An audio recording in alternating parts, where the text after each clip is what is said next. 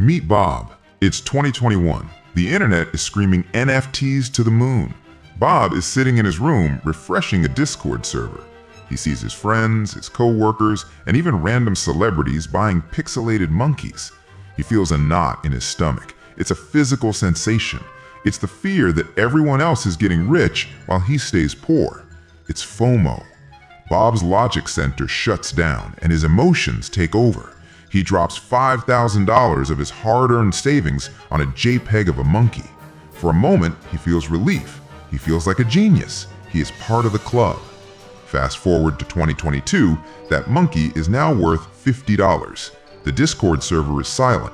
The celebrities have deleted their tweets. Bob's friends, they're in the same sinking boat, too embarrassed to talk about it. This moment of madness cost Bob thousands. And be honest, it probably cost you something too, whether it was Dogecoin, a closet full of clothes you don't wear, or stock tips you read on Reddit. This is the bandwagon effect. It is the psychological phenomenon where people do something primarily because other people are doing it, regardless of their own beliefs. It's social proof on steroids, and if you don't master it, it will steal your money, your career, and your sanity. But before you judge Bob, you need to understand that this isn't a new problem. This is a glitch in human history. Let's go back to Holland in the year 1637. This was the original bandwagon, tulip mania. Back then, Dutch society decided that tulip bulbs were the ultimate investment. People sold their land, their farm animals, and their life savings just to buy a single flower bulb.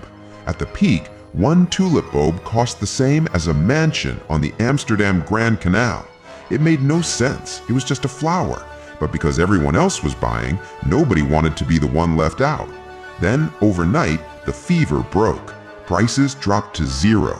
Wealthy merchants became beggars in a day. The object changes from tulips to stocks to crypto to Beanie Babies, but the psychology never changes. Why are we so stupid? Actually, we aren't stupid. We're evolved. Thousands of years ago on the savannah, independent thinking was a death sentence. If your tribe started running toward the caves, you didn't stand there and ask, "Wait, let me look at the data." You ran. If you stayed to check the facts, the lion in the bush ate you.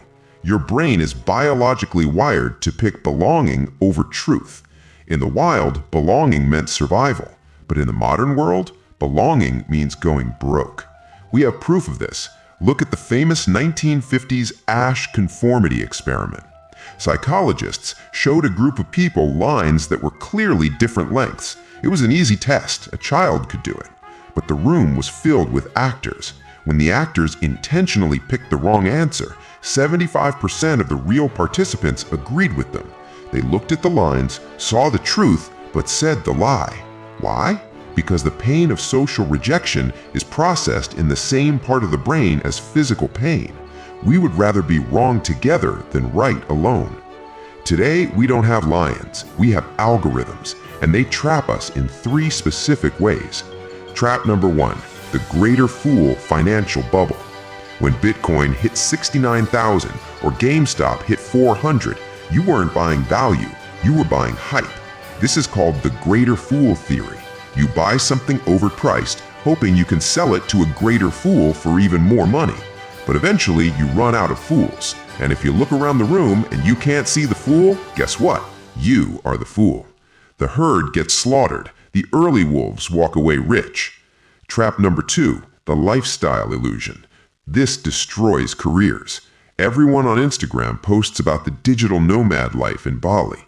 It looks perfect. Coconuts, laptops, and sunsets. So the bandwagon effect kicks in. You quit your stable job, you move to Bali. Then reality hits. You realize you hate the humidity. The monsoon season destroys your Wi-Fi. You have no clients, and you're lonely. But here's the kicker. You keep posting happy photos. You contribute to the lie because you can't admit you were wrong. Trap number 3, consumer hype. This is the Stanley Cup craze. This is the Labubu doll obsession. We are programmed to signal status. We buy things we don't need with money we don't have to impress people we don't like. We think we are expressing our individuality, but really we're just wearing a uniform. So how do you escape the matrix? How do you stop being a sheep? Here is the 5-step antidote. Step 1. The 72-hour rule. Marketing is designed to bypass your logic. When you feel the hot urge to buy a trend, force a pause. Wait 72 hours. Do not click buy. 90% of the hype and your emotional urge will fade after 3 days. If you still want it after 72 hours, it might be a real decision. Step 2. Check incentives. Always ask who profits from your FOMO. If an influencer is screaming, "Buy this coin," or "This product is life-changing," understand their motivation. They are not your friend. They are often using you as their exit liquidity. They need you to buy so they can sell. Step 3. The 5-year test. Zoom out.